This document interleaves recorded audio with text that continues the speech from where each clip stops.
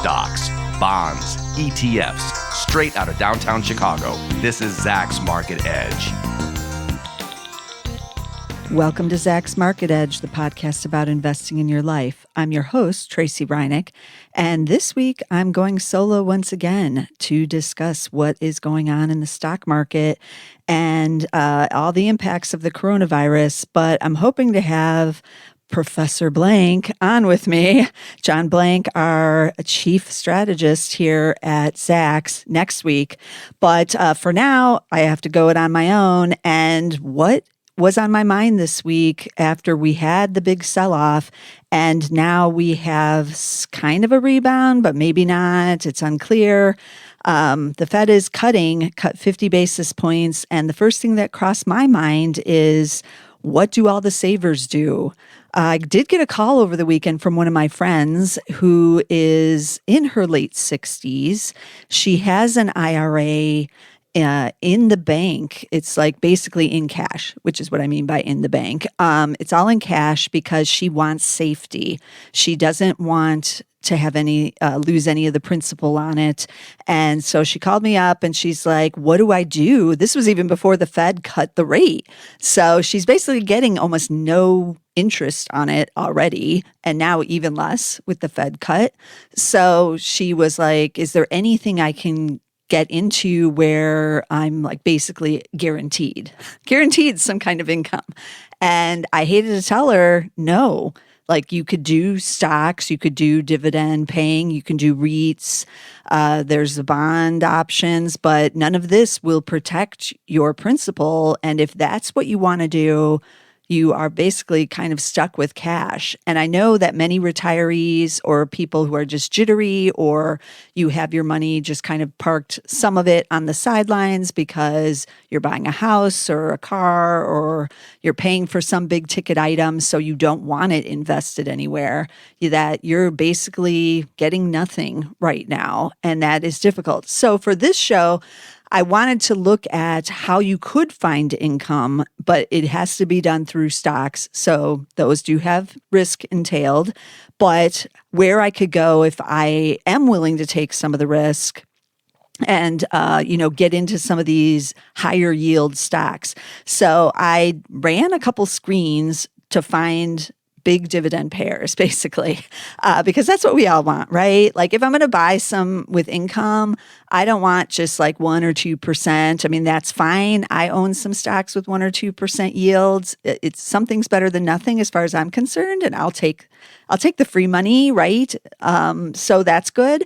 But if I really want to get that income, I want something at least over 5% yield. So I did a screen with the Zacks rank of number 1, strong buys, or number 2, buys, which are top ranks. That should mean rising earnings estimates. And I combined it with the 5% yield. And then I also included a 5-year history of dividend growth so that it's not, I'm hopefully capturing some companies that have a track record of paying the dividend. I don't want to just, get a stock just because it's over 5%. I want them to have some kind of history of having done the 5% for a while, or at least something over the last couple of years. So it does have a 5-year history of dividend growth. I got about, I want to say 16 stocks, which is kind of more than I thought I would get with that 5% yield and the Zacks rank, because that's both going to narrow it quite a bit. So I was kind of surprised by that.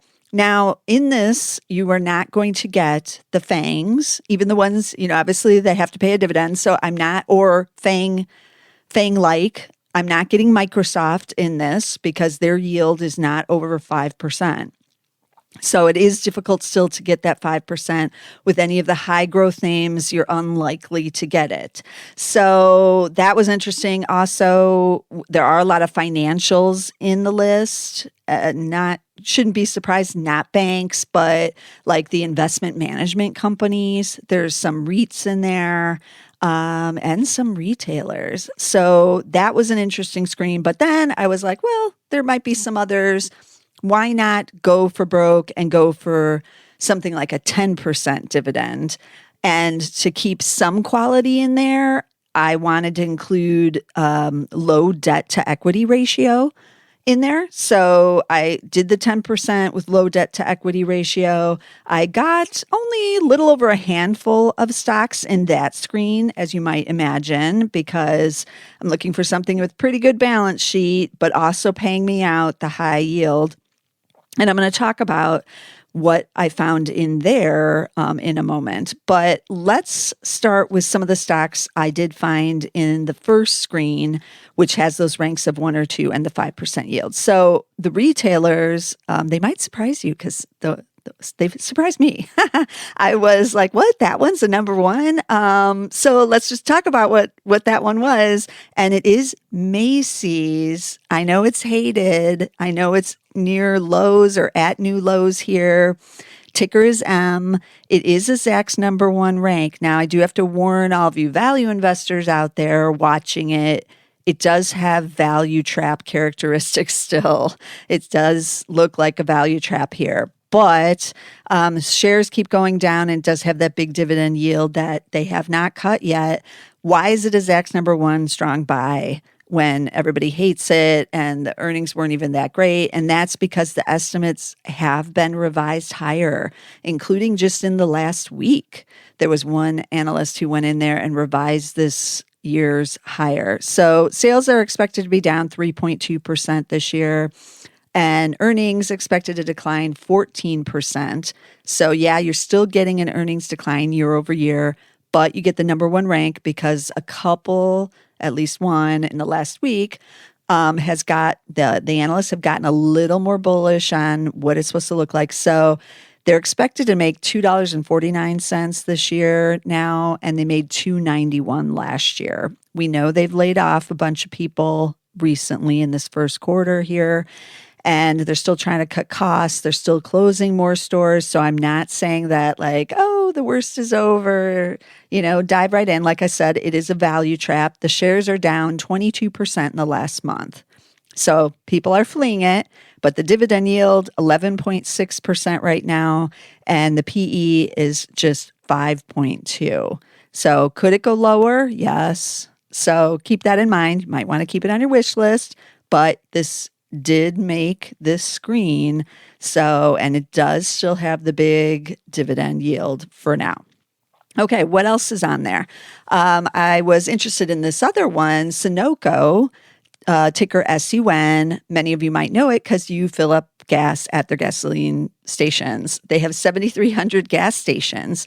So these shares also have taken a dive along with everything else, not as bad as Macy's, but over the last month down 10.4%. So a little bit of a correction here. That's in correction territory. They pay that dividend, which is yielding 12.2%. So not too bad for owning some gas stations, right? 12.2, that's pretty juicy. PE is 9. Earnings expected to be up 11.7% this year and another 8.5% next year. So it's not a value trap here. Although if the economy does go into recession, you will likely see less people filling up their cars with gas. That would be normal. And as the economy slowed, so these earnings numbers may change in the next couple of quarters here. But for now, this one is it is looking pretty decent here with the double-digit earnings growth. Sales aren't up huge, as you might expect, because how much can you really grow sales at gas stations? But they are decent, and they're still paying this 12.2% dividend yield. So that's Sunoco. SUN is that ticker. And then switching over to the technology side, I tried to find any kind of tech names in the list. They don't pay as much of the bigger dividends, so that's a little difficult. But there is one, Seagate Technology, ticker STX. They do the hard drives. There's not much sales growth with them either, just sales growth expected of 1.4% this fiscal year and then 1.3% fiscal 2021. Earnings expected to be up 6.6%. That's not horrible this year. And fiscal 2021, 9.5%. So they're managing to keep those costs down somehow and grow those earnings.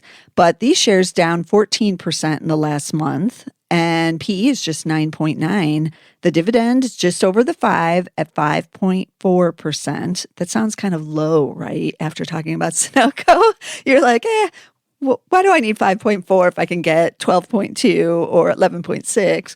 But 5.4 is still pretty juicy for a tech company that's also cheap. So that's Seagate Technologies.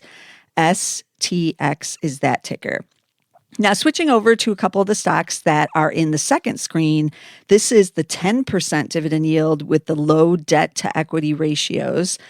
And a lot in this screen were REITs, not surprising because REITs have to pay out like 80% of their income to the shareholders. So the dividend yields are usually quite a bit higher. And one of these is a little bit risky here with what's going on in the global economy. And I'll get to that in a second. So let's talk about what's on this list. So the first stock is Annaly Capital Management. NLY is the ticker there. They are a mortgage REIT. So they describe themselves as a diversified capital manager of residential and commercial assets. They have 128.7 billion in assets, so quite big here. Ticker is NLY with Annaly, NLY. PE is just 8.9. They're expected to grow earnings by 6% this year. The shares were down about 10% from their highs in the last month on the pullback. They have bounced a bit off of that and now are only down about 6%. Dividend is yielding 11.3% right here. And the debt to equity ratio is just 0.4. And so the mortgage REIT area could be interesting here with everybody refinancing, and the real estate group, both commercial and residential, is pretty strong right here. Unclear what will happen if we do have some kind of recession. But for right now, it's pretty good. But this is one to keep on your list too if you're looking for a REIT here. And that's not in one of the travel leisure type of categories. So that's Annaly Capital Management, NLY is the ticker. And then our final stock, the second one in this screen, is one of the travel and leisure. So things were looking pretty good. Will they be going forward? I'm a little scared to buy anything in travel and leisure right now when it could get worse. So this one is Park Hotels and Resorts, tickers PK. They describe themselves as iconic hotels and resorts.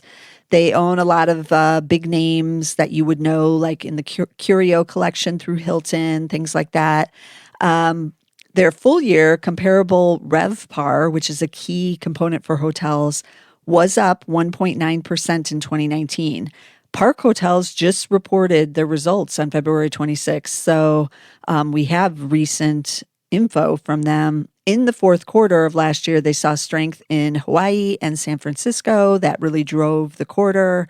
Will they continue to see that here is the question. Could see a slowdown like you're going to see in all kind of travel-related stocks, but should have a rebound, a snapback once this virus is completed its course, and is done. So that's something to keep in mind. These shares are down 16% in the last month. That no one should be surprised at that. PE is just 6.9 here. And earnings, though, expected to decline here 5.2% this year. And so that makes it a little bit of a value trap for those value investors out there. But dividend yield, for some reason, it fell just below the 10% recently, even though I screened for the 10%. But this might have been even just like a day ago or so. And it's now yielding 9.9% here, but close enough. It's basically 10. And so that's Park Hotels and Resorts. PK is that ticker for that REIT. And again, remember to consult with your tax advisor about the REITs because they are taxed differently than the dividends you would get from, say, a Macy's. Because it's considered income coming in when it's paid out to you by the REIT. So be sure to consult again with your tax advisor so you can deal with the tax ramifications on that income that's coming from these kinds of investments.